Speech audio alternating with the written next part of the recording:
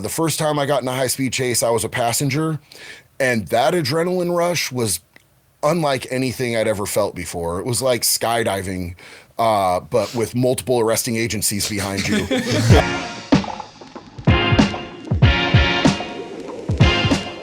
Ladies and gentlemen, welcome back to No Offense.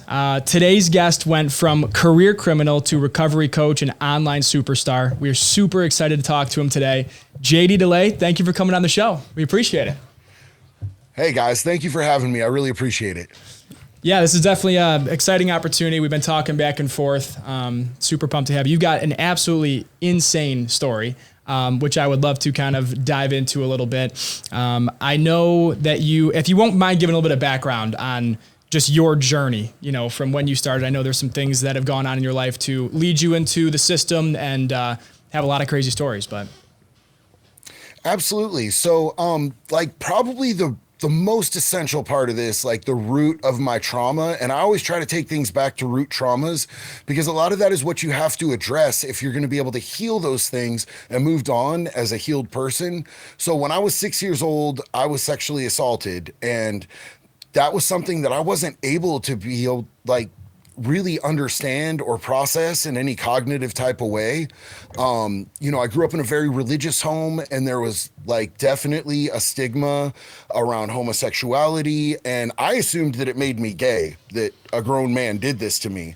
In my 6-year-old mind, I thought that this meant that I was gay and now I'm going to hell. So it was something that I just didn't talk about, and I tried to put out of my mind, and I did that really effectively, by the way. I'm really good at compartmentalizing things and just putting them in a box in my mind and putting them away and not remembering them. So that started manifesting in bad behaviors. As a 6-year-old, I ended up my parents took me to the doctor because my behavior got shockingly different, and he diagnosed me with ADHD. And, this was the 80s, and in the 80s, they were just handing out Ritalin like it was candy. When the Ritalin didn't work too well, they put me on another ADHD medication that was just another amphetamine called Silert that was a little stronger. Eventually ended up on Adderal, which I think kind of wired me with a disposition for stimulants later on in the future, because I ran the whole gamut of different drugs in my lifetime. I've tried pretty much everything, not Flocka just because it was never presented to me. Methamphetamines was the only thing that ever got me. It was really the only thing that ever got a hook in me, and I became completely entrenched in it from the very first time that I did it. How old were you when you first tried meth, I guess? I was 23 years old the first time that I tried meth. I was working at a bar, and I was working at the bar at night to pay my bills and going to school during the day. And somebody told me that they had something that would help me not feel like a zombie and feel dead and have energy. And I made a bad choice, man, 100% on me. I made a really sketchy life decision. I knew that methamphetamines was not something that you wanted to put in your body. But I had never gotten snared by any drugs before, even though I had dabbled in a few different things. And that was the one that absolutely grabbed me. How long was it from the first time you tried it until it started to make, would you say, an impact on your life? So, just direct evidence, man. By the time I turned 24, I was a felon. I got picked up for felon in possession of controlled substance, or I got picked up for a felony possession of controlled substance. And so I'm sitting there at 24 years old, and I've got a felony on my record. I know that forever now I have to check the box that says, yes, I'm a felon. If I want a job, if I want housing, yes, I'm a felon. I knew it was going to affect me forever, no Second Amendment rights. So to me at that point, that was a real point of surrender and giving up to the substance, because I felt like I was just branded with this mark of shame that was never going to come off. So it really didn't matter if I had one felony or two. I didn't imagine I would get as many as I did. I never saw that for myself, but it's been a wild journey. And, I've always wondered this, right? So is it one of those things where they always say you take your first hit and then it's game over? Is that really how it is? Do you fiend for it right away again? Or how do you get down that path? So There was like a gravitational pull to it as soon as I did it to do more, but it was kind of like an overwhelming sensation. And myself, I had always been a musician, and one of my favorite things to do, I was a singer in a band. I immediately grabbed my notepad and I started writing, and I filled out like a whole notepad worth of stuff in like the 2 days that I was high, the first time that I was high. And looking back on it when I actually sobered up, it was mainly gibberish, but it seemed so important at the time. I sobered up for about a day or two, and I was like, wow, that was a lot. I should really probably not do that again. And almost immediately went out and did more. So I literally am at the point now where I have the understanding of how I work with that substance. If even right now with 4 years clean, if I were to go out and I were to take one hit, I would not stop until they put cuffs on me. Wow. I literally don't stop until they put me in the back of a cop car. I'm not powerless as a human being, but once I put one in, I do not have brakes. I'm a car with no brakes down a busy intersection going the wrong way. You're just an all or nothing kind of guy. Yeah, man. Yeah. Which it could be great if you're like following your passion or your dreams or being an entrepreneur, but like when you get something as sketchy as meth, it's really a bad deal. Right. You tend to see that with a lot of, hyper successful people, like that personality that just gets easily addicted. Obsessive. Yeah. Like you see a lot of people, like Grant Cardone's a good example. Like he was a drug addict, I believe, at one point. Yeah. And now he's Grant Cardone. I feel like you see that it's a pretty commonality in a lot of like very successful people. Do you think that, obviously you went down that path and, you became obsessive in that, but do you think that obviously breaking addiction like that is really, really tough? And do you think that that has a lot to do with building a lot of your character today, like knowing that you can get through stuff like that, come out the other side all right? 1000%. It was definitely a testing ground for me to see what I was capable of. Like the first time that I stole a car, I wanted to go with this dude. I wasn't making anything off of it. I wanted to know what it was like. And the first time we got in that car and he hit the gas, it was all over for me. That adrenaline kicked in and I was like in all the way. I needed to know every single detail of how to do this myself. And then I just became like this prolific car thief. It feels gross leaving my mouth right now, but I was a prolific car thief, which is what landed me in prison, which is where I really, when you're stripped down to nothing, like literally the clothes are taken off of you and you're put in a place with a bunch of really violent, dangerous people who most of them are suffering from, undiagnosed mental health issues, and they're really prone to violence and everything. Like you figure out who you are really quick. You figure out what your limitations are. That was definitely a point in my life where I figured out what I'm capable of. I wish that I had figured out sooner the person that I didn't want to be, though. At that point in your life, was there ever a point where like family members tried to step in and help you, or was it just like they kind of like left it as like a lost cause, or what was the deal with that? So many times, brother. So many times. My mom and my dad are amazing people, super supportive. Like they did everything right with their knowledge of what needed to happen, but they weren't drug addicts. You know what I'm saying? My dad was a Vietnam Marine vet who saw heavy combat. He was dealing with his own PTSD issues. My mom grew up in Flint, Michigan in a really abusive scenario, and she was dealing with her own PTSD, but they didn't have the same type of manifest from their traumas that I did. So they tried their best. I remember there was so many different points at which my family tried to throw interventions. And like if I showed up to their house and there were too many cars in the driveway, I'm just blowing past. You know what I'm saying? Like, I know what this is. Yeah. This is another intervention. I remember one time my mom actually, my friends and even my dealer was so concerned about me that he got a hold of my mom and he was like, yo, like, you got to do something. JD's going to end up dead. And so he told her where I was at this shady motel in Eugene, Oregon. And she showed up in the parking lot and I'm literally walking up and it's like not warm. It's winter in Oregon. I'm drenched in meth sweat and I'm carrying this big box with two 12s and an amp on it that I had just stolen the sound system out of this car. And I'm carrying it up to this hotel room, and my mom jumps out from behind a corner, and she looked at me and she said, "Look, I need you to stop. I have a bed at a treatment center for you right now, and I can't keep doing this with you. You're literally killing me. If you don't come with me and go to treatment, I can't be in your life anymore. Like, I'm gonna have to step away for my own well-being so this doesn't kill me. Please come with me." And I didn't have the ability to go with her. I literally left her in that parking lot, and I went up to the hotel room, and I had multiple people in the hotel room. I went straight to the bathroom, and I remember crying, like heavy crying, because I wanted to stop. I didn't want to leave my mom there. I didn't want to be that person. I love my mother with all my heart. I'm a mama's boy. And I knew how much I had hurt her. Like, she started sobbing as I walked away, and I remember deeply crying in that bathroom.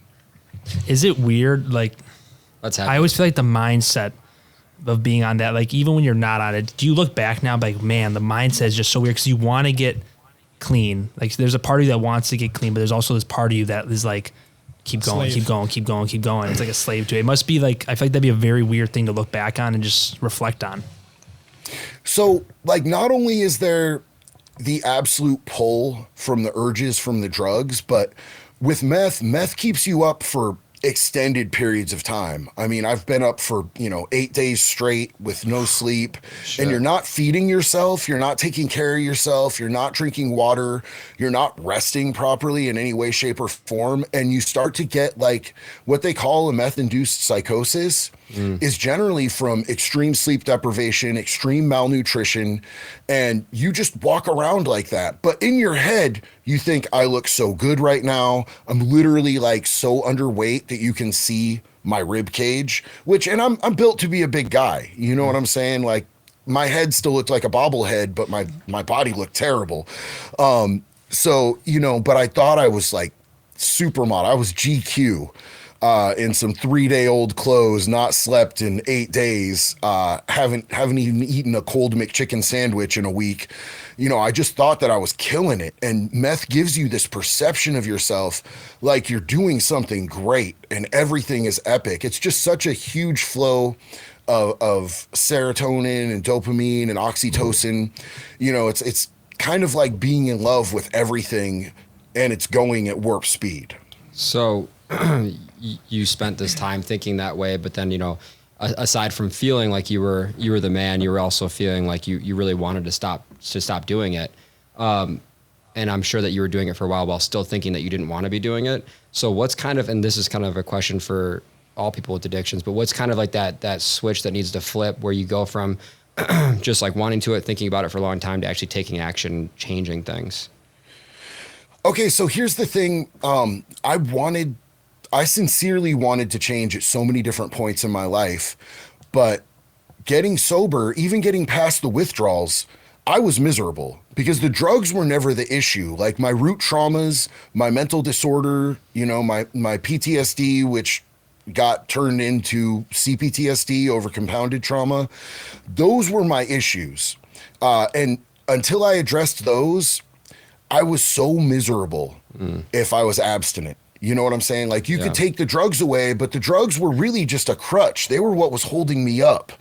And I came to a place of utter desperation. I lived in Eugene for about 20 years, and then I caught another case after I'd already been to prison once.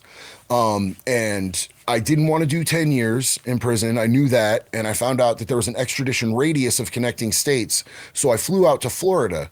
And this was my grand scheme to get clean. I'm going to move to a new place. I won't know anyone. You know what I'm saying? I'll outrun all my problems. I was the problem, and I took me with me. So, I ended up right back doing the same stuff, only I became more prolific of a criminal, and I branched out into other things. I started dealing heavily, counterfeiting, organized fraud, and the day that I actually gave up and I was willing to do literally whatever it took, which is what it takes, it's full submission. was the day that the Secret Service put me on my face in the parking lot of the Hilton Garden Inn. They literally came out of the bushes in full army fatigues with fully automatic weapons pointed at my face and threw me on the cement. And I remember feeling relieved. I was like, this is finally over. Like, damn, this is going to be my retirement. I'm going to do 30 years in the feds. And it ended up not turning out like that at all whatsoever. But yeah, I completely and totally surrendered, and I was willing to do anything that it took to not live that life anymore. Yeah. What were those? There's a lot of crimes in between there. I'd like to hear about some of those and what led into the Secret Service with guns on you. There's a lot to talk about there. Lots to unpack. There is. I just did a big time jump, and I apologize. No, I love it. I love it. Bounce around, so no problem. Yeah, the answer to your question was in Florida. So what I ended up going to prison for was, I had talked about how I became a prolific car thief, and I was putting up numbers. I had some Russians in Portland, Oregon, and I would take these Russian stolen cars, and they'd be putting them straight on boats and sending them out. And so, I would be getting $600-$700 a car, but I could steal a half dozen a night easily. Jeez. So you were deep in it. My God. Deep in it. Yeah. And it was cooler to be in Portland to do crimes because I lived in Eugene. So I always tried my best not to crap where I eat. Mm-hmm. So, I would do a lot of that. And I ended up getting caught. Every time that I got caught, there was a high-speed chase attached to it. The first time I got in a high-speed chase, I was a passenger. And that adrenaline rush was unlike anything I'd ever felt before. It was like skydiving, but with multiple arresting agencies behind you. I remember my first high-speed chase got caught in. I was not driving. My co-defendant was driving. And this is going to sound weird because we were out stealing cars together. He was a great dude, amazing dude. Like, he's turned his whole life around and everything. He's doing really good now, but he was driving. So I was just trying to smoke all of my dope before they got to us so that I didn't waste it or have to throw it away. That was literally my mindset at that moment. I'm like, I might go to prison for a long time, but if I do, I want to go nice and high.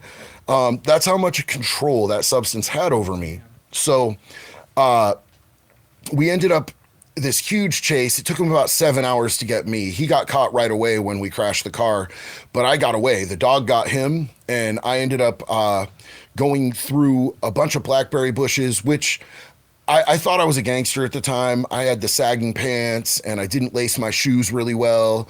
And the blackberry bushes took my pants off me within about 10 yards of crawling through them. Literally, my wallet's in them. My ID is in them. Oh my gosh. And it's pitch black, and it's cold. It's like Oregon winter. And I fell into a river. And I got across the river. I don't even know how. I think God was just watching out for me. And I got back across the freeway and dug a little hole out in some more blackberry bushes. And I watched them, and they're on a megaphone. They're on a bullhorn yelling my name. Delay, this is a search and rescue mission now. We know who you are. Just come out. You're going to die. And like, I ended up falling asleep. And just waiting until they were all gone. But they literally had my ID. I could see them walking around with my ID because they had my wallet because my pants got taken and my shoes came off. And then I was out on the side of the freeway trying to hitchhike at like the break of dawn with no pants, no shoes. I'm all muddy. I'm like bleeding profusely from the waist down from all these blackberry thorns. And no one would pick me up, amazingly enough, on the side of the freeway. They were like, yeah, we're probably just going to pass on the lunatic trying to get in front of my car on the freeway. But they did do me a favor. They called the police, and the police came and picked me up. And so that was my first one. And then I ended up getting caught for like 2 more. And that was when they sent me to prison. They stacked them up on me and gave me 39 months. And I went to prison. I went to prison in 2006. And prison probably saved my life. With the high-speed chases that I was doing, I was probably going to die, or even worse, I was going to hurt someone else, a father, somebody's kids, somebody's mom. I was probably going to take him out in one of these high-speed chases. I was a danger to the community. I 100% needed to be taken off the streets. So I was, looking back, I'm super grateful for the time that I did there. And it also gave me the understanding and reality of what I'm capable of, but also of what prison really is and what the American justice system is capable of. And I really didn't want to go back after that. Prison wasn't like it is on TV. It was a lot of boredom. And for someone with extreme ADHD, the boredom is almost torturous in and of itself. So there was that. That was probably the biggest consequences that I've had. But I got out. I did really well for a few years. And then in 2015, I had a divorce and I relapsed and went back to smoking meth and immediately started stealing cars again. Like Really? 100%. Yeah. Yeah. Oh, yeah. Dude, so the way that meth works is people will hyperfixate on different things. You'll see people that have their faces all picked up because they've been picking at it. They think there's like bugs under their skin, or they think that they're growing shards of meth out of their skin because they consume so much meth that it's growing out of them, and they'll try to harvest it and put it back in their pipe. Extreme psychosis. Some people will dig through the carpet. Some people will mow their lawn at 4 a.m. My hyperfixation is making money and doing crimes. It's absolutely terrible. It's abhorrent. So the second that I started doing meth, I immediately started getting the equipment to steal cars again. And I had money. I didn't need the money. It's just what I do when I'm on that substance. And I got caught up on a case and I was dead guilty. And even now, I'm like, they had me dead to rights. I hired a good lawyer and he was like, yeah, you're pretty much burnt out on this. But they were offering me for this one stolen car, they were offering me 7 years, which was not a deal. That's over the maximum sentencing.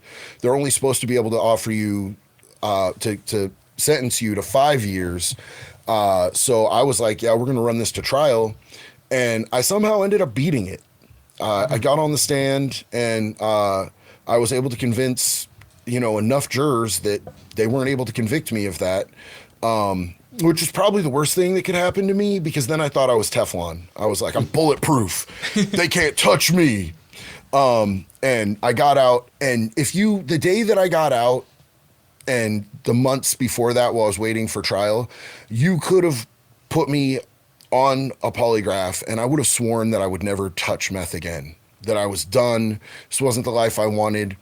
And somehow within a week later, I was back to doing meth.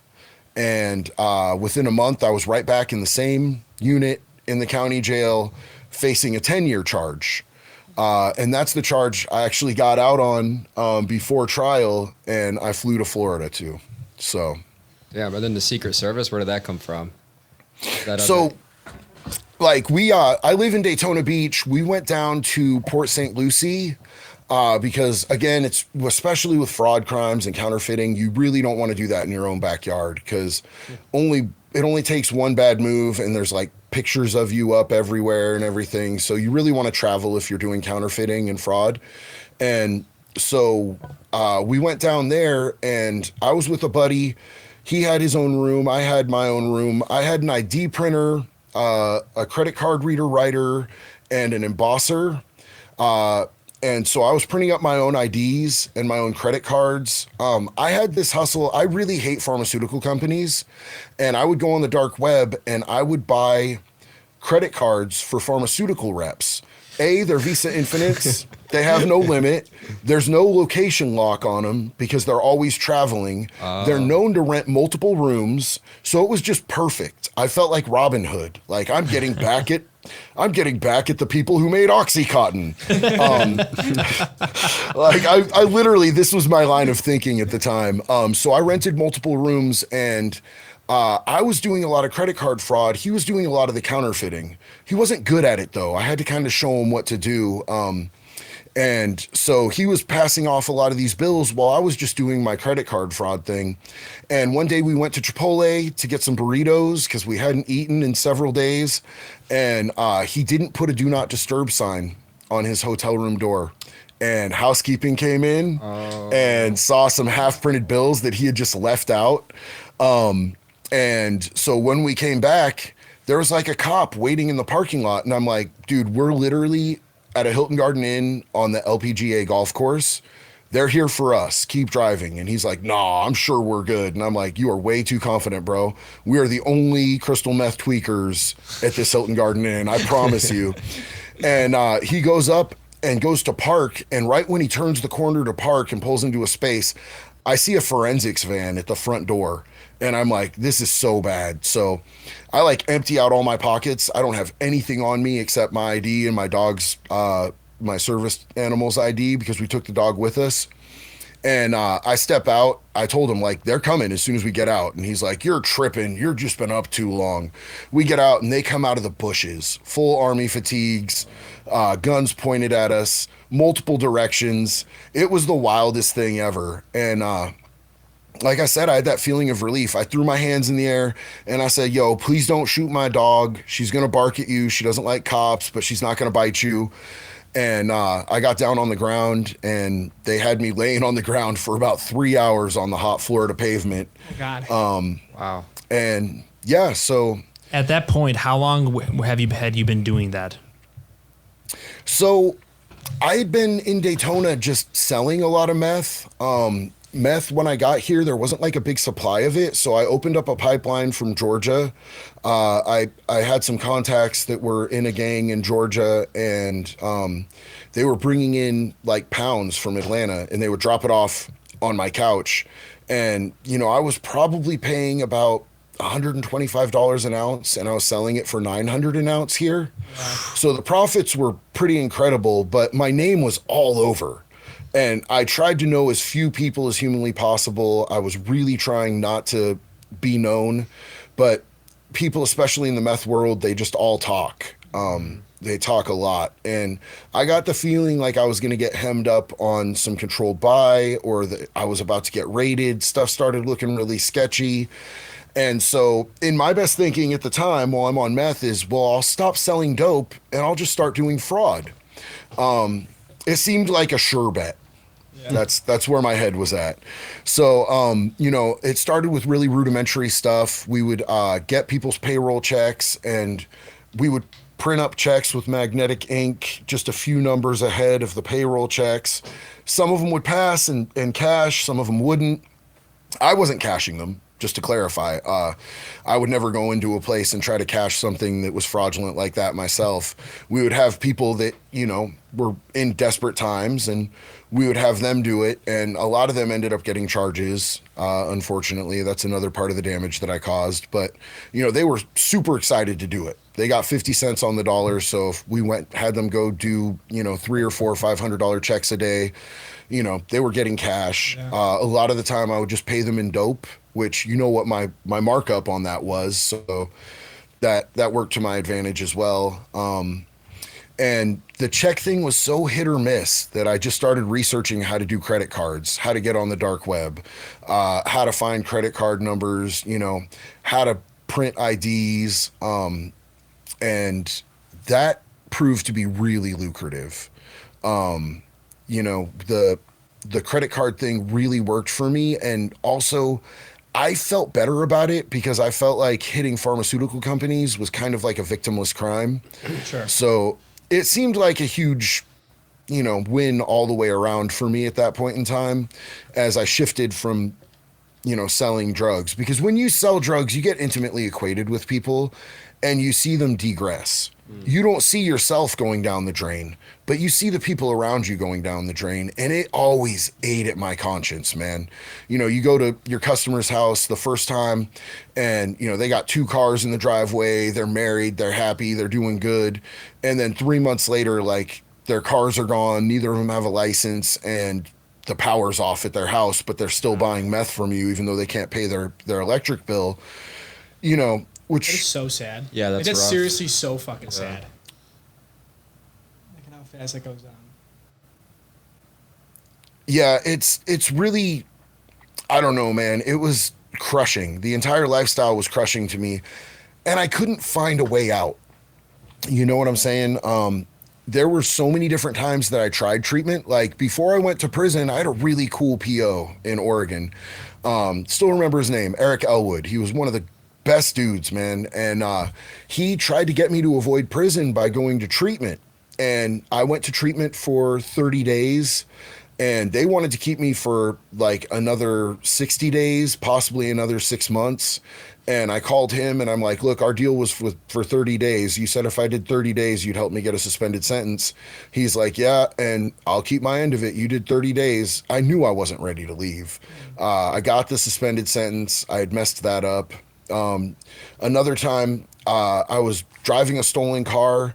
And I fell asleep behind the wheel. I had just shot out the window. This dude had raped one of my friends, and I was looking for him, but I'd been up for so long. I started shooting at this guy that I was certain it was him. And then by the time the window came out, I wasn't that certain anymore. So I drove off really fast. I got a couple miles away. I ended up falling asleep behind the wheel, and I crashed into a big Ford truck asleep behind the wheel. And I messed up my ribs. I was coughing up blood. I could barely move. And the dude came out of the house, and I grabbed my gun as I was trying to limp away, and he was coming after me like he was going to do something. And I pointed the gun at him and I said, do you want to die, old man? And he went back into the house, and I didn't get caught. I was able to escape that situation. But I called my mom immediately and I said, Mom, can I still get that bed in treatment? And she's like, I don't think they have a bed for you, son. I think you blew that. I said, well, you just take me there. And she said, yeah. So I went there with all my stuff. I literally went into this treatment center, put my bags down, and told them, I'm not leaving unless you give me a bed or you have the cops remove me for trespassing. I'm either going to jail or I'm coming to treatment, because if I go back out there, I'm going to die. And that's literally how desperate I was. They made me wait 8.5 hours, and then they came out and they're like, we don't have any beds. We don't want to call the cops on you. We'll put a cot in the laundry room. You can sleep between the washer and dryers. And I said, please, thank you. They said, when a bed opens up, it's yours. And I slept one night on that cot, and then they gave me a bed. But my resolve dissolved in under 30 days. In under 30 days, I split that treatment center. So I tried so many different times in my life to get clean. You know, literally the cuffs are the only thing that helps me sober up. I have to be removed completely from the freedom of choice. Okay, so let's segue now. So first time going into prison, was it, I'm like a noob when it comes to this. There's the difference between like county and actually going to like state. Like what's like the first time you went in, did you go to like a penitentiary or were you at like a county jail? So I had done a lot of stints in county jail. My first felony, they give you 10 days in Oregon for a possession of meth. And then I did a couple more of those. And then I hit a 6-month, I did a 4-month, a 7-month, and an 11-month set in county before I went to prison. When I finally went to prison, county is very restrictive. You're going to be in your own unit with, about 20 to 40 other dudes all the time. There's a day room and you have your little cells.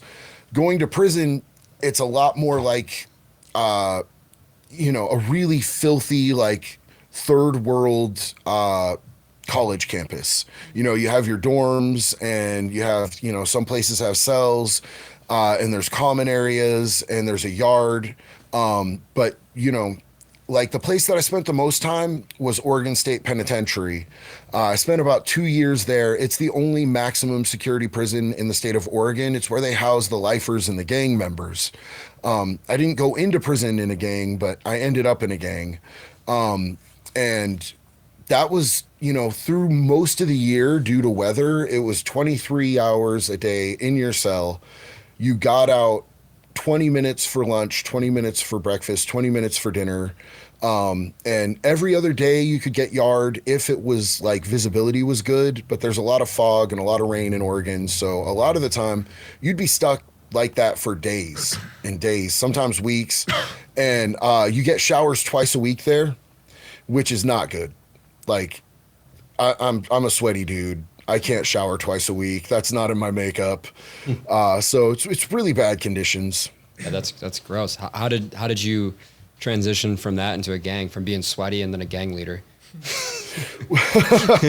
Well, so basically what happened is when you leave county, you go to a reception center or an intake, and they run like a whole analysis on you to decide what your custody level is going to be. And it usually takes 30 days if you don't have an STG jacket. STG means security threat group. They gave me a security threat group jacket because of this. I only had that clover right there on my hand, and they decided that I was a part of a gang because of the clover. They wanted to pin me as a California white supremacist gang member, and I was like, absolutely not. No. And they're like, well, you're either that or you're this other gang. And I don't speak names of organizations in public on social media or anything, but they decided, they marked me down as this gang. So it took me like 60 days to get out of intake. And they immediately, at minimum custody, sent me to a medium that was out in the middle of the desert called Snake River. They call it Gladiator School. And they immediately started selling me up with members of this gang because they had decided that that's where I belonged and that's who I was. So they were like organizing you to get deeper into this? Basically, I got deboed into it, bro. But you know, they put me in a cell with this dude, small dude, very calm, you know, not friendly at first, but I went into my cell, I put the stuff down, and I'm looking at this guy and I'm like, he's young. He's really young. And he was like, what are you here for? And I'm like, well, here's my paperwork. The only thing you can bring from county to state in the state of Oregon is your legal paperwork, your documents, the stuff that has your case on it. It tells what you're there for, what happened in court. And so I just handed him my paperwork. And he said, okay, so when do you get out? And I'm like, I got 39 months. He said, okay, cool. That's the one time you get to say that in this cell. He said, I'm never going home, so we're never going to talk about that again. And I was like, okay. And he was there for double life. He killed his uncle, chopped his uncle up, buried his uncle in several different places because his uncle was molesting his little sister. And they went to the police. And they tried to get the police to do something about it, but it was a small town in Oregon, and his uncle knew the police. They refused to do anything about it, so he did. He took care. He made sure his little sister wasn't going to get molested anymore. You almost can't blame him. I don't know. Yeah, that's fucked up. I mean, he did this when he was like, I think he was 17 or 18 when he did this, and they tried him as an adult, of course. And gave him double life. He's still in there. You know, I met him in 2006. He's still in there. He tried with appeals, and I don't think that they came down on the time or anything like that. But he was a genuinely good dude. Like, he wasn't friendly at first, but once he knew that I was there for, you know, what prison calls solid charges. In prison, if you're not there for, you know, a sexual offense, anything involving children, domestic violence, you know, anything against the elderly, disabled, you know, anything against animals. If you're there for a property crime, you know, a bar fight, drugs, that type of stuff, you're considered, those are good charges. When he knew I was there for good charges, his whole demeanor changed. He started being very, very cordial, very friendly. He was like, you look Irish. I'm like, I am. He goes, cool, me too. And that's kind of what this gang is about. It's a family. It's not really a gang. We're a family organization, and we watch out for each other. And he was like, I can teach you a lot about our heritage, our culture, our history. And, you know, I was into learning all about that, which was one of the prerequisites of being in this organization anyway. And then he told me, oh, and by the way, if you have to pee in this cell, you sit down to pee. And I was a little taken aback by that at first. I was like, man, I'm like 3 times your size and twice as old as you. You telling me to sit down to pee?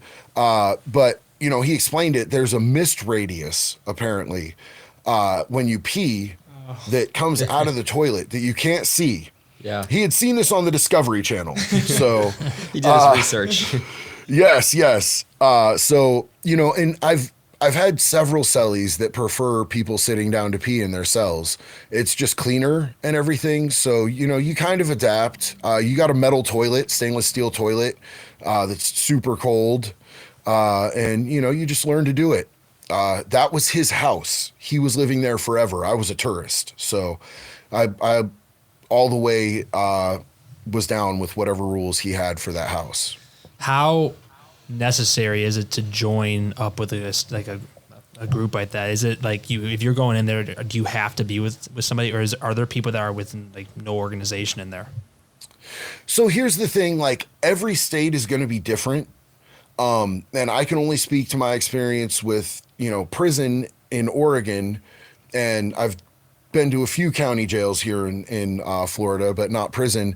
It's not, in my experience. It's absolutely not necessary. The majority of people do their own thing. They do their own time.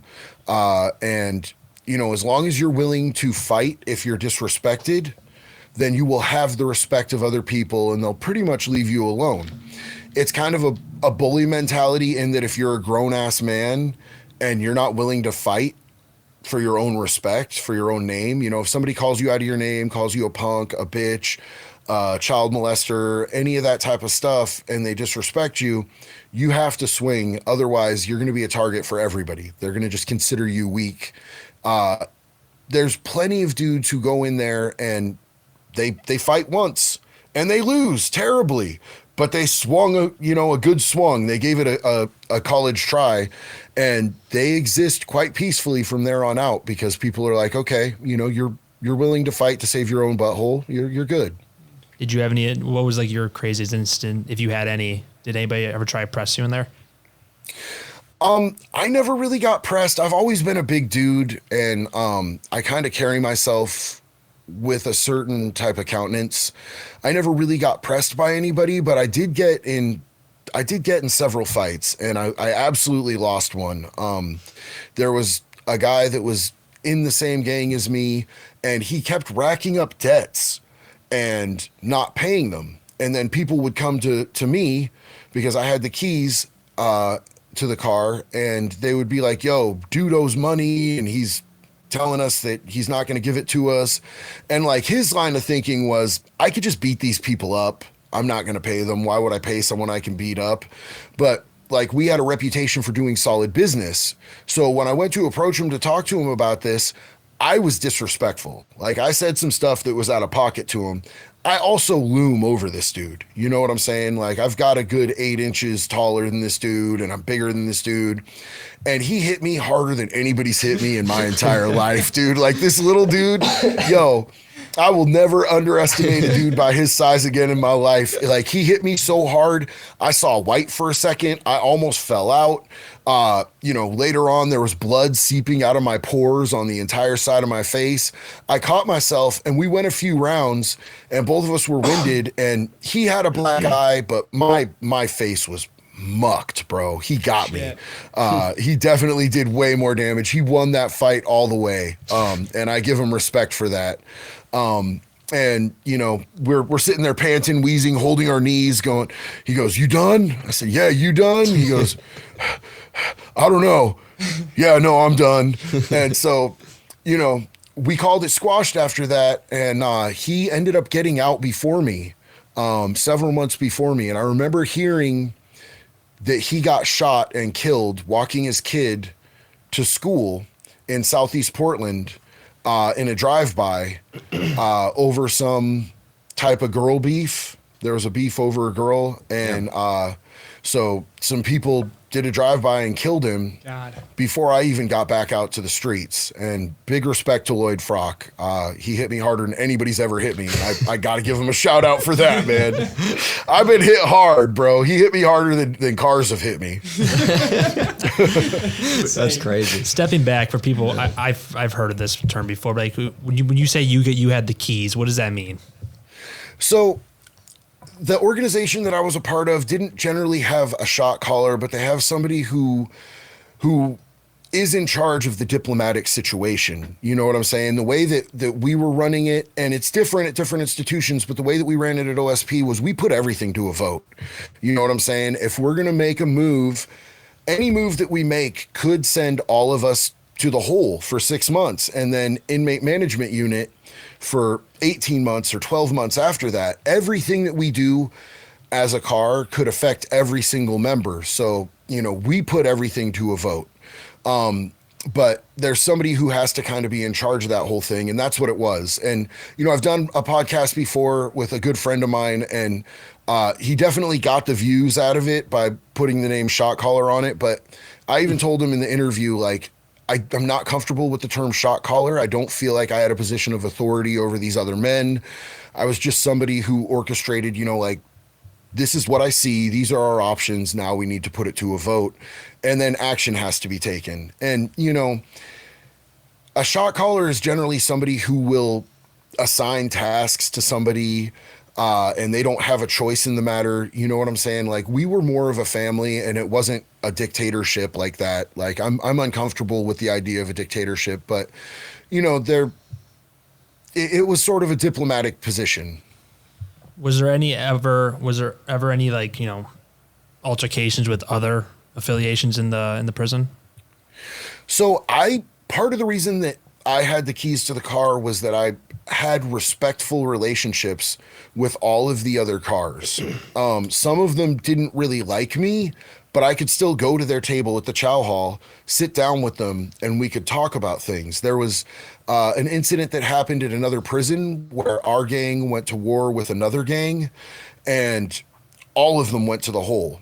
And as soon as we got news of that, it was a very tense situation, because a lot of the times that'll spill over into other prisons. As soon as the news happens, a lot of the times people are, I know we all got our shanks. We were all ready to go to stab people up if we needed to in this situation, because we assumed they were doing the same thing. And so I immediately went, as soon as we got a chow line, I went to the chow hall and I sat down with the shot caller from the other gang, and I said, look, this is what I see. Like, we could do this. We could definitely do this. But, like, you have territory. We have territory. You have hustles. We have hustles. We're going to lose everything if we all go to the hole. And he said, well, we have 3 times as many people as you. We won't lose everything. And I'm like, you get what I'm saying? Like, you're going to lose a lot. And he said, yeah, absolutely. I said, especially since I'm going to come right after you. You know what I'm saying? Like, I'm not going to get taken out by some prospect, dog. Like, I'm coming straight for you. Like, we might not leave this table not in cuffs today. And he started laughing, and he's like, yeah, I was kind of thinking I'd head for you too. And we were able to talk it out, and laugh, that little icebreaker veiled threat thing. We were able to talk it out, and we had a truce there for the people that were there. And when people started getting out of the hole from Eastern Oregon and came over, if they wanted some type of get back on that, like they felt unsatisfied, it would be handled one-on-one between people from our gangs that we delegated were going to be the people to do that. So it was like a peace treaty. It's kind of like being a politician, but it's less child sniffing and less handshaking. Nobody really shakes hands in there. We just dap it out. Long before COVID, we weren't wanting to touch each other's bare palms. Oh, no way. That makes sense, actually. Yeah. Showering twice a week, yeah. Yeah, for sure. When you first, like, your very first time in prison, because, like, honestly, for me, like, I'd probably shit my pants if I ever go to prison. What is it like? I mean, are you... being in a cell all day long, do you start to just go crazy for those 23 hours? Do you get overwhelmingly depressed? What goes on for that first week that you've been introduced to the system? Well, by the time I got to actual prison, I had done so much time in county that prison was a cakewalk. Prison is nice compared to county jail. The county jail time, you're on lockdown a lot more. You don't ever see anything outside your unit unless you're getting dragged to court or to medical. So, visits occasionally, but it's all through glass. In prison, you get visits where you can actually hug your people and it's face to face and there's not glass between you. A prison offers you a lot more freedom because it's a lot more long term, and, there's a lot more severity of levels of violence and everything in prison as opposed to county. So they try to keep you kind of happy while you're in prison. So I already knew exactly what I needed to do. I needed to read, I needed to work out, and I needed to just fall into a routine. One of the most important things you'll hear people that have done a lot of time in prison talk about is programming, and that's basically just giving yourself structure, giving yourself routine, and conducting yourself accordingly. I already knew the rules. I knew not to look in anybody else's cell. I knew you never steal from another person. If somebody has something and you want it and you go steal it from their cell, you will be branded just as bad as a rat or a sex offender. Really? Being a cell thief, you could steal from people on the streets and be a respectable dude in there, but you steal from another prisoner, and you will never get respect in there again. So what you have to do if you want something and you want to take it from somebody is you have to go to their face. You have to give them the opportunity to fight for their stuff. No way. That's crazy. Yeah. And Yeah. so, a lot of the time, when there were dudes that would come and they'd be like a rat, or a sex offender, you just run up on them. You run in their cell, you put 5 or 6 good punches on them, you get them on the floor, you step on their neck for a little bit, and you tell them, look, I'm taking everything, and every month or every week when you go to the store to get canteen, this is the list. You're going to bring me this stuff, weekly or monthly, whatever the case may be. And you kind of own them after you've done that to them. But you can't do sneaky thieving. It's considered really, really weak. What does like the guards and everything? What do they do? Do they kind of like leave you guys all to your own thing, or are they do they like turn a blind eye to this sort of thing that happens? It depends on the guard. The COs that are new and trying to make a name for themselves are kind of like, have you ever dealt with a rookie cop? Yeah, I see what you mean. Yeah, okay.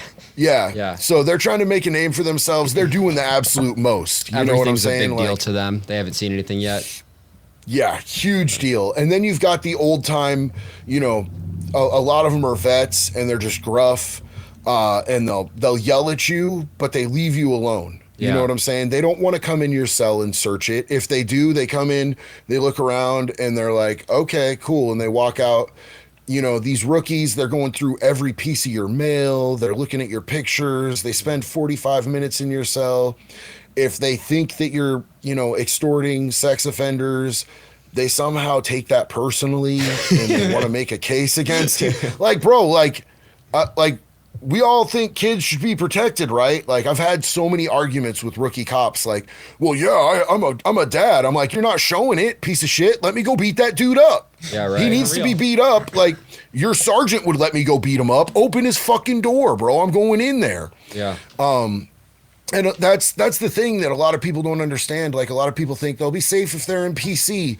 Well, PC still has regular inmates that bring in their laundry or their food, and these COs hate these child molesters as much as we do, the good ones.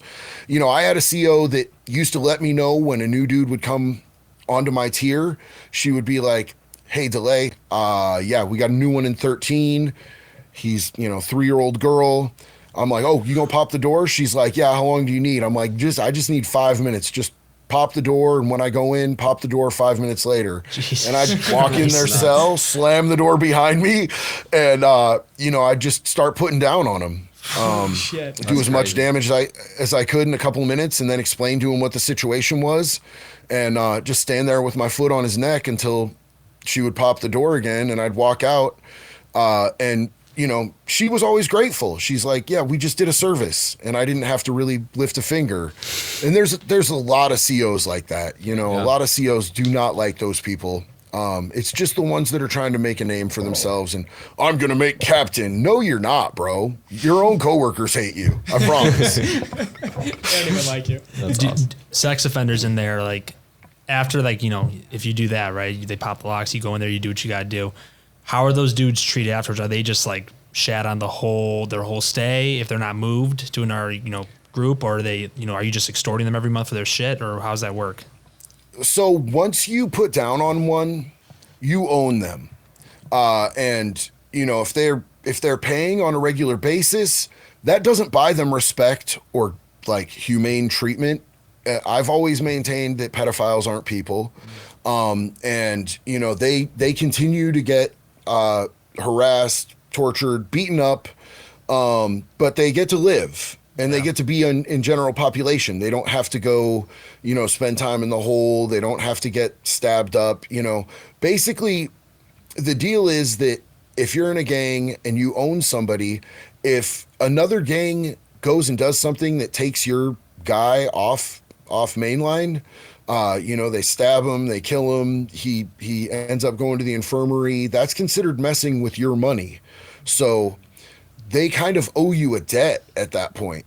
Now, if somebody dries up, if you've got somebody and they run out of money and you tell them, you better get on the phone with your family. Your life hangs in the balance here, buddy. Like your existence is super tentative and they still can't get the money, then you generally use them as a torpedo.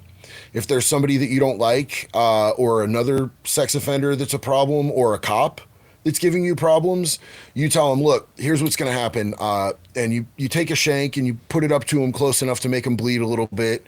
You tell them, I'm going to put this through you. I'm going to pincushion you. And if you tell on me, you already know that I have, 30 homeboys here. They're going to pincushion you too. You're never going to make it out of here alive unless you go do what we tell you to do right now. It's usually 3 or 4 people, and you tell them you're going to go beat up that cop. And it's always really funny to see these, these weird little creature looking sex offenders go and start trying to swing on a cop, doing these wild swings. And the cop usually takes a sideways slap to the face that doesn't leave a mark, and they immediately pepper spray them and start screaming at them. So it's just like for your entertainment a little bit. Comedy, yeah. Basically, because if they're not paying, they have to leave the yard. So, if they do an assault on a cop, they're getting another charge, so they're going to go back to county. They're going to go to the hole for 6 months. They're probably going to do an IMU shot, which is 12 months to 18 months. So you're basically getting them out of your hair for another 2 years. And by the time they get back, they understand the real gravity of the situation, and they're going to have their family make sure that they put money on their books, or they're going to get a job. They can always get a job. Go work in the kitchen, wash dishes for 30 cents a day. I don't care, but you're going to have my money. It's crazy. That's insane. It's crazy. And so Don't hurt kids. Yeah, right. Exactly. No, yeah. no, I completely agree with you. It's just, Yeah. it's crazy. I was surprised it's 30 cents a day. That's Is that actually kind of caught me off guard. That's what caught me off guard. 30 cents, goddamn. They're not paying well in there, Yeah. huh? 8 to 10 hour shift, 30 cents a day. There are jobs you can get in industries so everything in prison is about money. Yeah. Every single thing in prison boils down to money. Your calls are like $18 from your family, for a 15-minute phone call. They have at Snake River, the place that I told you I was at, that's Gladiator School. They have a huge AT&T call center there. And there are people that are inmates that are there. They're trained and they're getting high-end pay. They're getting 30 cents, 32 cents an hour to do what people out here would definitely want more than minimum wage for. They're sitting in that call center, 8 to 10 hours a day working for literal pennies. But AT&T is clearly paying DOC for the labor. At OSP, the place I did most of my time, they have multiple different industries. One of them is a furniture shop that makes high-end furniture that's being sold for top dollar, but the inmates are getting, I think, $1.18 a day if you work out there. And then if you go minimum and you're working outside of the fence, you end up making about $1 a day, $1.18 a day, but you're working for Department of Transportation, picking up trash on the side of the freeway in the sideways rain in Oregon where it's cold. Or the Department of Parks was really fun, actually.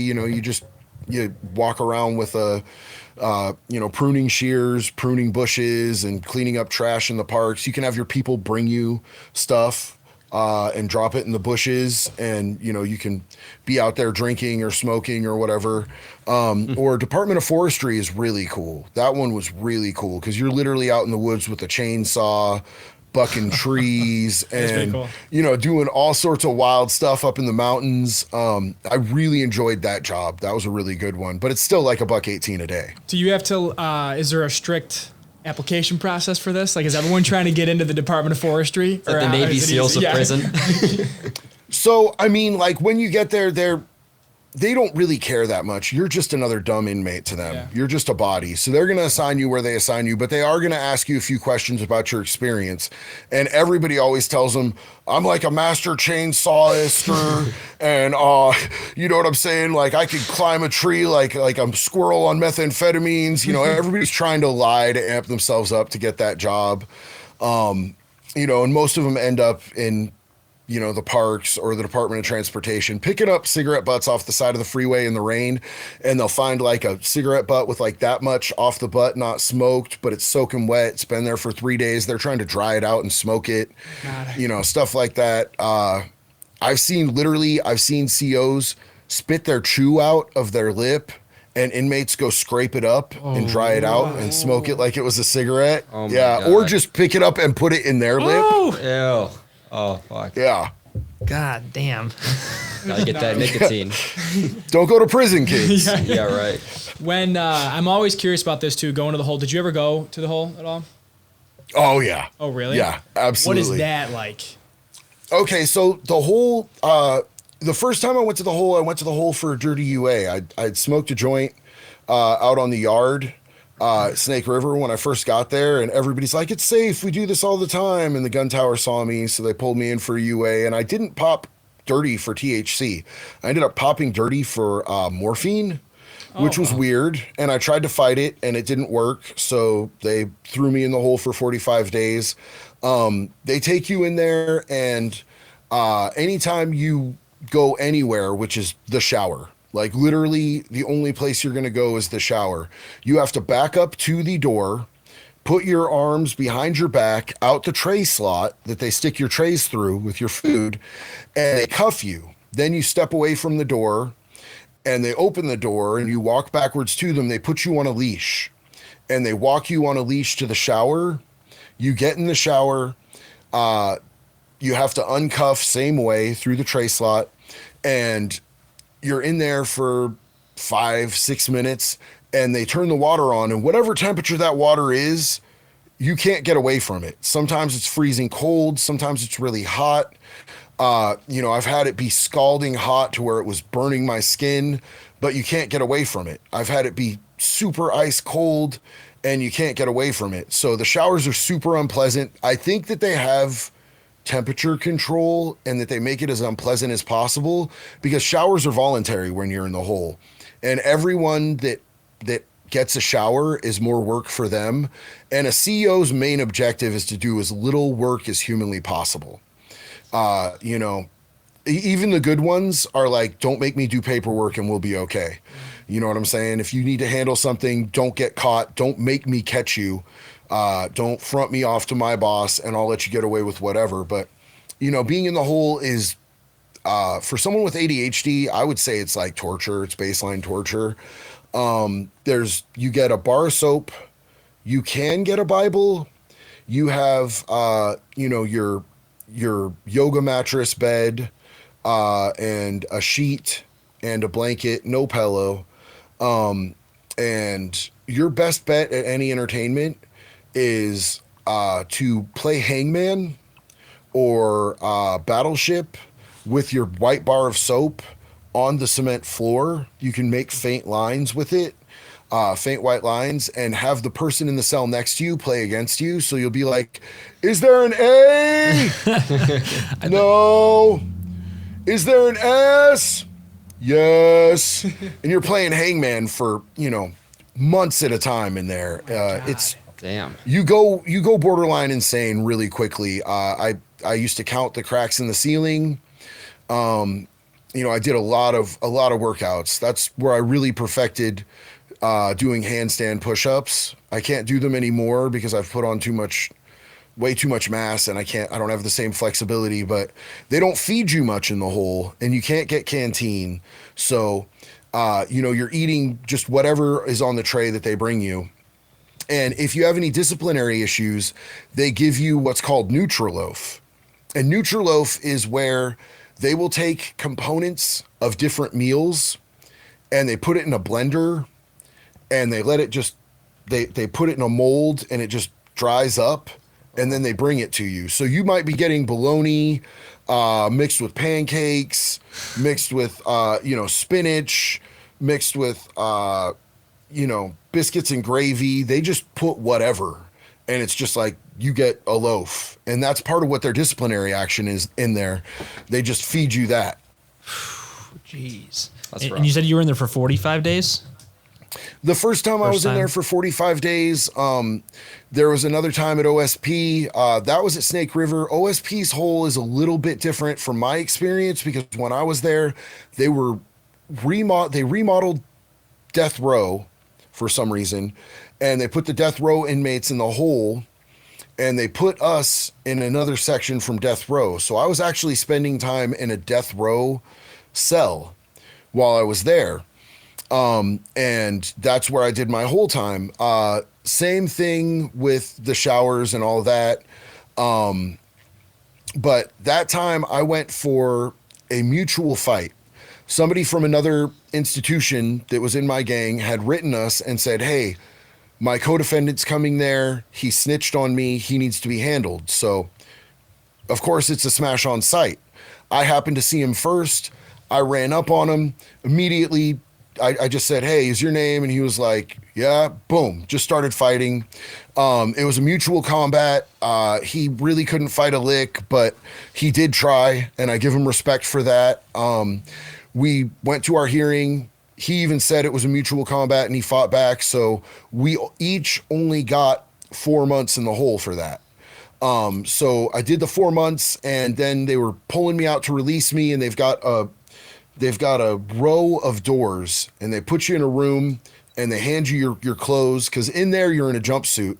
When you're on mainline, you're in jeans and a t-shirt with a button-up shirt.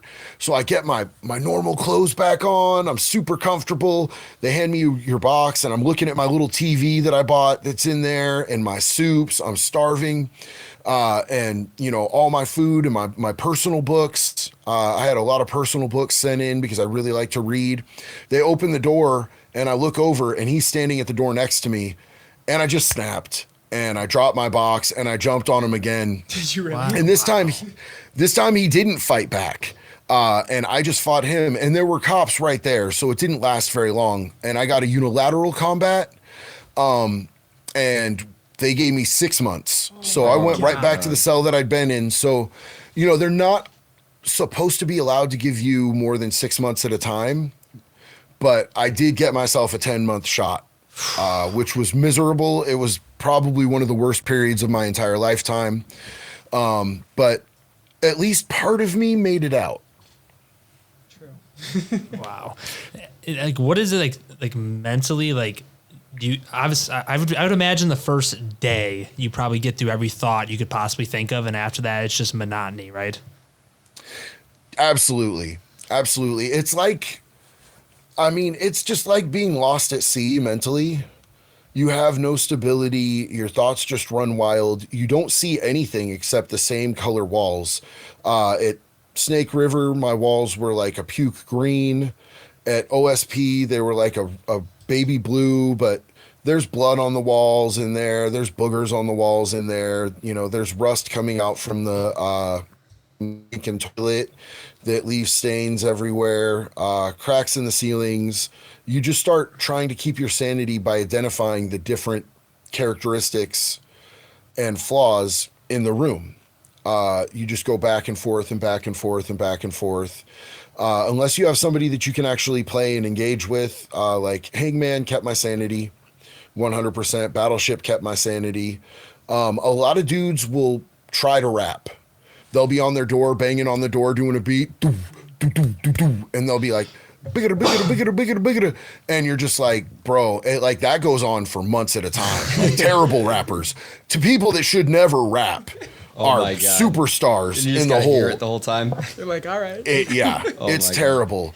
So the thing that really sucked was I got out from that 10 months, and I immediately saw one of my homeboys when I got back out to general population, and he's like, hey man, so I hate to tell you this, but that dude that you fought with twice, he wasn't the snitch. It was the dude in our gang who said he was the snitch that was the snitch. And don't worry though, we had him stabbed up. He's been stuck real good. He'll never walk mainline again. But yeah, you fought the dude who got snitched on twice and did 10 months in the hole trying to defend the honor of a snitch. Did that fuck you I don't up? know what to do You with must that have. since then. I don't know which one you were probably Damn. Damn. I don't know my reaction. But you were probably obviously pissed, but you probably had to contain yourself. You probably were fucking, I would imagine, livid. Yeah, but there's also that enthrallment of being out of the hole. True. You know, it's like being in a deprivation chamber in there, but just for a really long time, and there's no pleasant water, or it's terrible. It's really bad. And during all this, right? Like, so, you know, you're in there, right? And I don't know, you see this in movies. I don't know how true it is. You obviously were not doing meth in prison, but is there drugs circulating in prison? So there, you can get anything in prison as far as drugs that you can get out here. I did meth once or twice in prison, and it was just a bad time, bro. I straight up did not have a good time at all.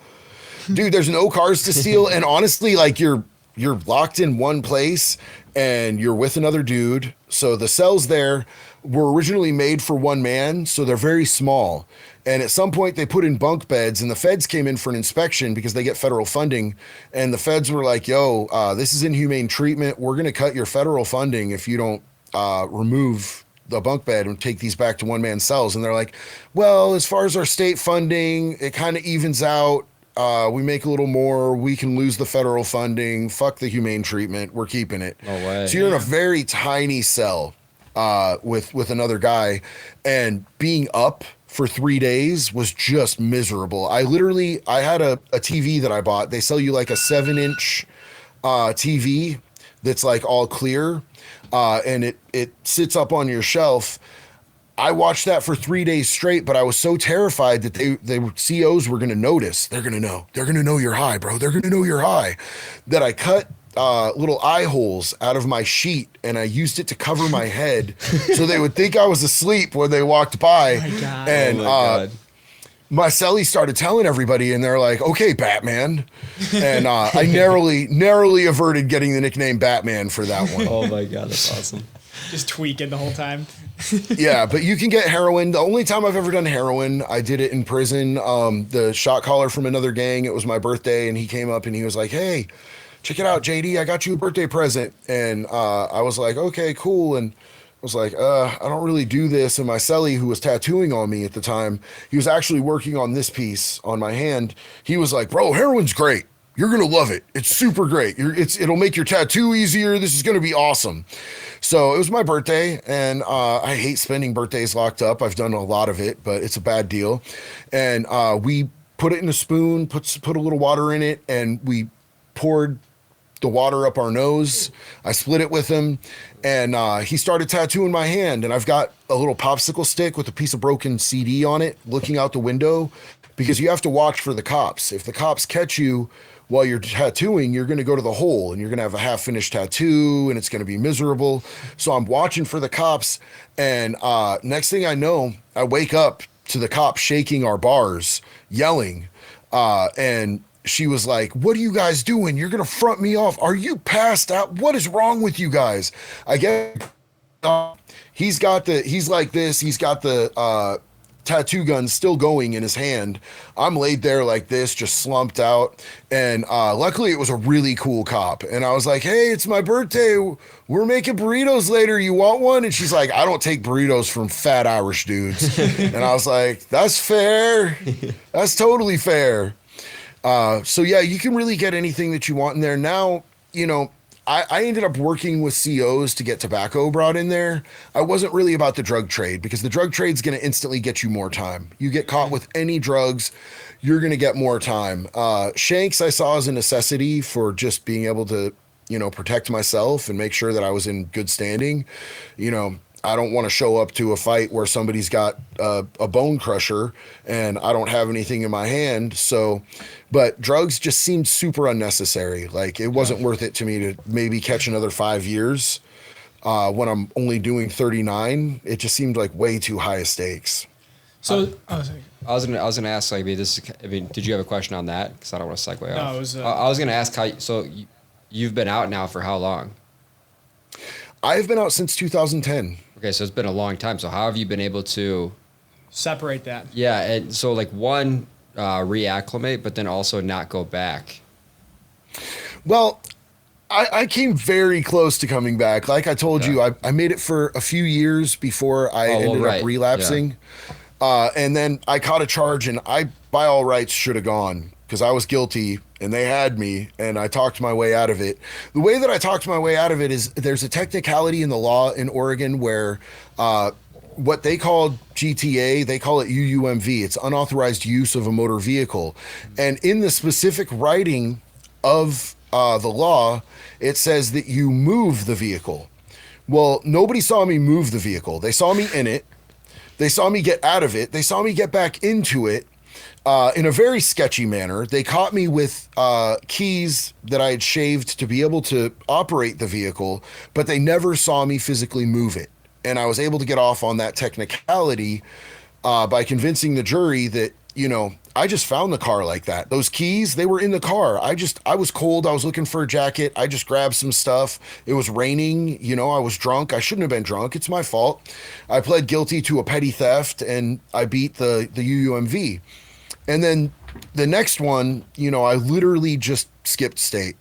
I found out that they would only get me in connecting states. So California, Washington, Idaho, no go. I flew all the way across the country. And, you know, 7 years later, I read in the news that Lane County, Oregon was not prosecuting Class C felonies for property crimes anymore. And they had decriminalized all drugs. Oregon has decriminalized all drugs. So all the charges that I was facing back there, they weren't prosecuting anymore. So I put in a motion to have my case dismissed, and I'm no longer a fugitive from justice. The district attorney that put me in prison in 2006 is now a judge, and I sent a whole file on, you know, my recovery coaching, that I worked at multiple treatment centers, the community outreaches that I've put together. And when she saw that, she said, "DeLay's doing this? Yeah, we're going to dismiss this case for him." So I'm no longer a wanted man, which is a really cool feeling. Yeah, I can imagine. I bet, yeah. I bet. I kind of just waited out that whole case sitting on the beach. I'm 2 blocks from the world's most famous beach right now. Literally, I could walk outside and I can see the ocean if I walk a couple houses up. I could see the river if I walk out that way. You know, it's been a pretty decent place to wait out the case. That probably helps out a lot too, being in a good environment like that. I could imagine. Yeah, you know, Daytona I wouldn't say is a good environment. Daytona is probably one of the grimiest places I've ever been in my life. Beach though. It has the beach. We do have the beach. But you know, Daytona's a really sketchy place. Like it survives off of tourism and desperation. Those are the only key components to Daytona. You know, the beach brings people in, and we have the bike week, you know, where motorcycle people come from all over the country, and we have spring break's pretty much dead, but we have a lot of stuff that comes in. Like right now is cheer week, so there's cheerleaders everywhere. And there's Jeep week and truck week. It's that type of tourism that keeps us alive. And, you know, we have the NASCAR arena, the Daytona 500, all that stuff. So what keeps you busy there, and what keeps you, you know, doing well? Like, how do you manage that? Like through routine or through what you're doing now with all like your outreach and your social media, all that? So, you know, for a long while I was working just nonstop. Like I'm kind of a workaholic in recovery. And, you know, I worked at an inpatient treatment center, and I was actually a live-in working at an inpatient treatment center. And then for my enjoyment, for my off time away from the treatment center, I went and worked at an outpatient treatment center running groups. And I did that for a while.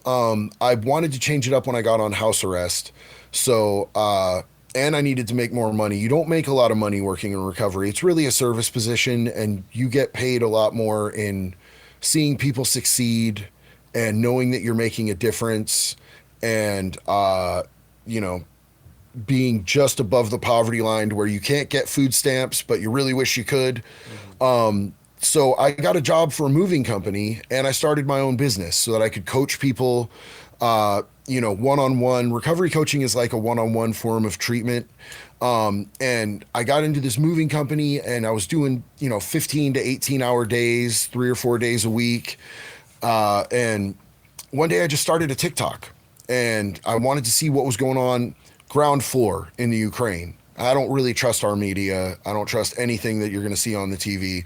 So I'm like, oh, people are really live streaming what's happening on a war that we're not hearing anything about. I need to see this. So I started a TikTok. I was watching that, threw up a couple videos, and I think like the third video I threw up ended up going pretty viral. It within 2 days, it was at like 2.5 million views or something like that. It was literally me in my living room about to get tattooed by my tattoo artist who comes here and tattoos me while I was on house arrest in Florida, listening to Limp Bizkit, drinking a Monster Energy drink. I just wanted to represent the most Florida thing ever. I'm like, on house arrest, getting a home tattoo, Limp Bizkit, woo, and next thing I know, Fred Durst is commenting on it. One of my other favorite musicians, Nothing Nowhere, is commenting on it. It's got millions of views. And so that was pretty awesome. And it just started taking off from there. And I got to like 286,000 followers on TikTok, and they permanently banned my account.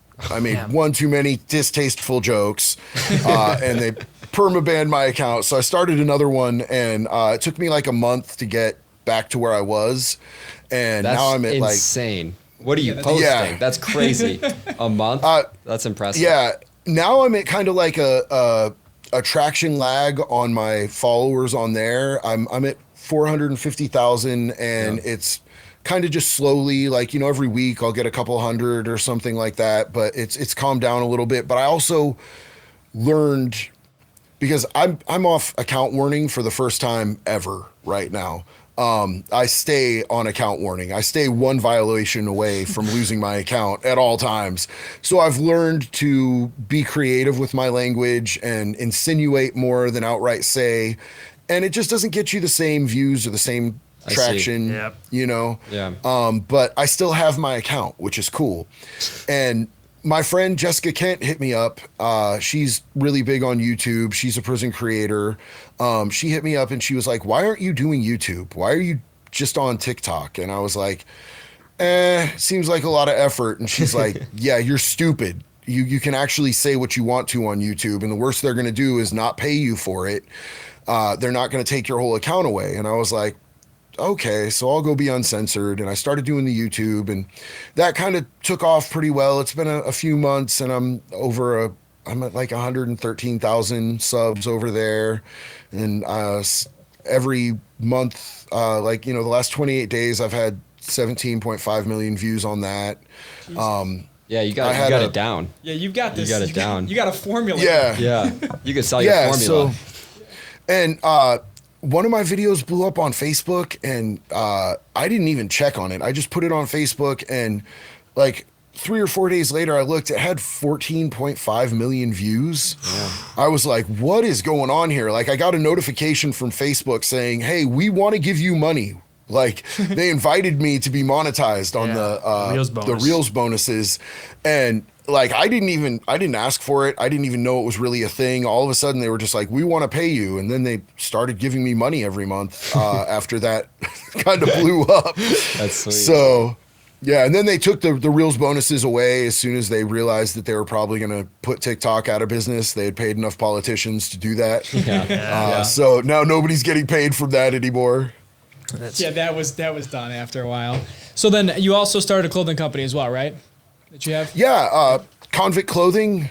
One of my really, really good friends owns a supplement shop, and he's a really good family dude. And we were sitting around talking, and he was like, your TikTok's blowing up. How'd you do that? And I kind of gave him the formula and the recipe.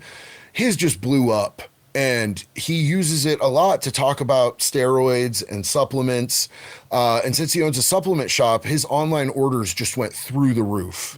Oh. Like bought a Mercedes in cash, just closed on his first house with his wife, has started several other businesses. And he's like, look, you need your own business. Well, you should start a clothing company. And I'm like, yeah, that sounds good. We could do that. And so we just started designing clothes.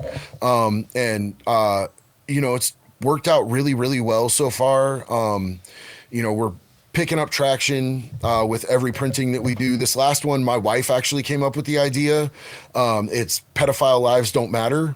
And That's funny. and that's been our top seller. That's been going really well. That's awesome. Man, you got quite the story. It's good to hear that you came out the other side and you're actually doing really well. You found yourself like a lane. I really did. The thing of it is for me, like the way that I stay sober and I stay in recovery and I stay in good mental health is through service work. Mm-hmm. I started an outreach that distributes Narcan into the harder hit areas of Volusia County. And there's other places that they'll like set up a tent in a hospital parking lot where there's a cop sitting right over there in eyesight or something like that. And no one wants to go. That for me, I wouldn't do that, bro. I'd assume it was a bust. You know what I'm saying? So you're not reaching the people where they're at. We like literally take, big handfuls of backpacks that have Narcan in them. They have fresh socks. People in need always need socks, bro. It's like a number one hit. And food and water and resource packets. And we just walk out into what you would call the hood in Daytona.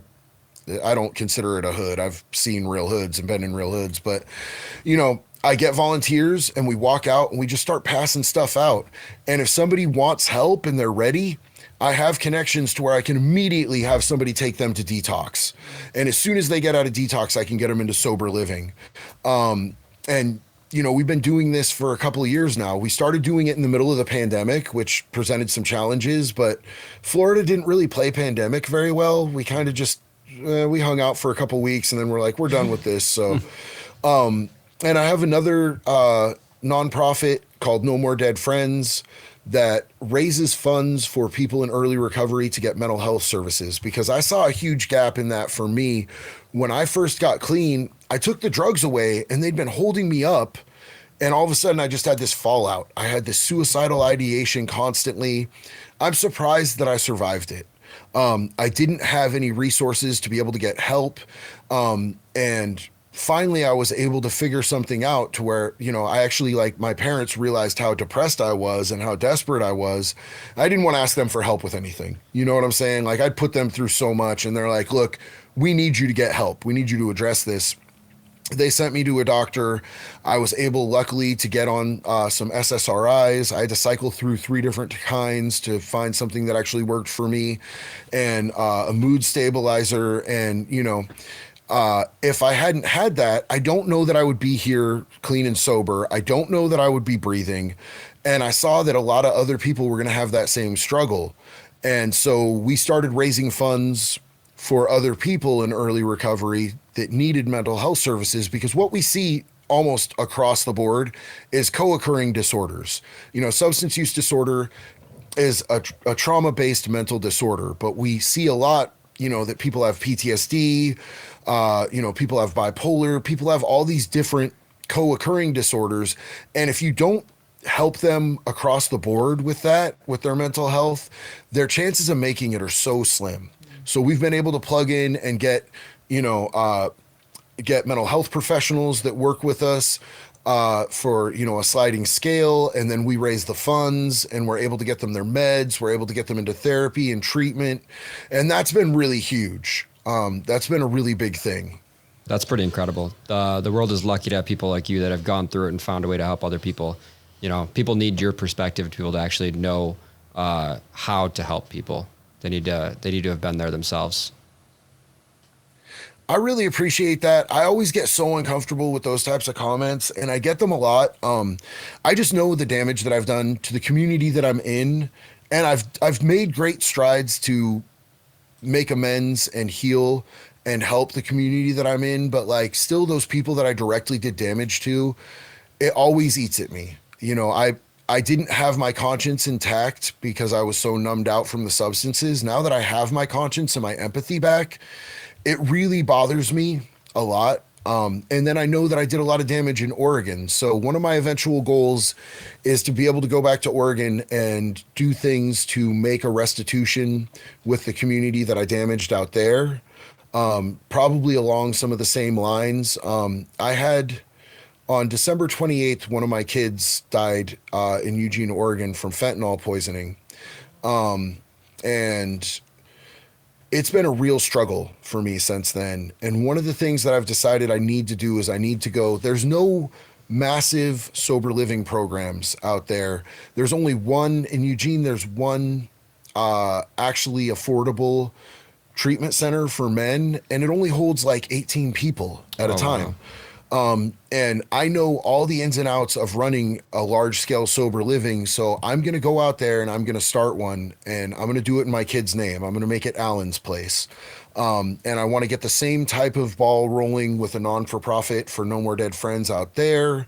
And the Narcan distribution, I think there's already a couple places that are doing pretty well with that out there. They kind of have stationary places for it, but I'd like to get a larger scale of that going out there as well.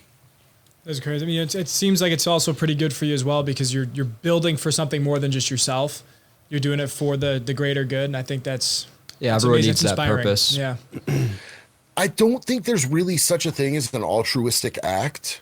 You know what I'm saying? Because like in my line of belief, every living creature on this planet, and probably the universe, because I'm definitely not arrogant enough to think that this planet is the only planet that sustains life. We're all connected in some way, whether it just be on a level of energy or, you know, some karmatic way. I think that we're all connected. So whatever's good for me is good for you, is good for them, is good for all of us. So, you know, I definitely get something back on whatever level it is, no matter what that is, anytime that I'm of service to another living creature. Yeah, I couldn't agree more. I love that. Yeah. Yeah. That's amazing. Cool. I think we're about good, man. That was an amazing story. Amazing, you know, just whole battle through all that. I think it's just extremely inspiring to see, like, come out the other side and thriving, but still, you know, obviously a struggle every day, I'm sure, but still, like, you know, pushing forward. It is inspiration. I'm sure it's weird for you to hear, because, you know, it's like people probably say this to you all day on TikTok, and I'm sure it's weird, but it is a really cool thing what you're doing. And I think if you keep going in the same direction you're doing, I think all those things you want to do will definitely be accomplished. You're going to save a lot of lives. Yeah. Even you just making your TikTok and your content and stuff is just showing people that there's options out there. You know what I mean? I really appreciate you guys. I appreciate the opportunity to come here and chat with you guys and everything. And I'm sorry that it's kind of sporadic and we kind of jumped back and forth, but there's a lot that we covered. Yeah, you guys have been a lot amazing. of stories to tell in a short time, fine. so it has to be sporadic. All right. Cool, man. Cool. JD, when we end this, I'll tell you the directions we got to do just to upload it. But other than that, we're good to go, guys. Cool. Thank you so much. All right. We appreciate you. I appreciate you guys. See you guys next week. See you guys next week.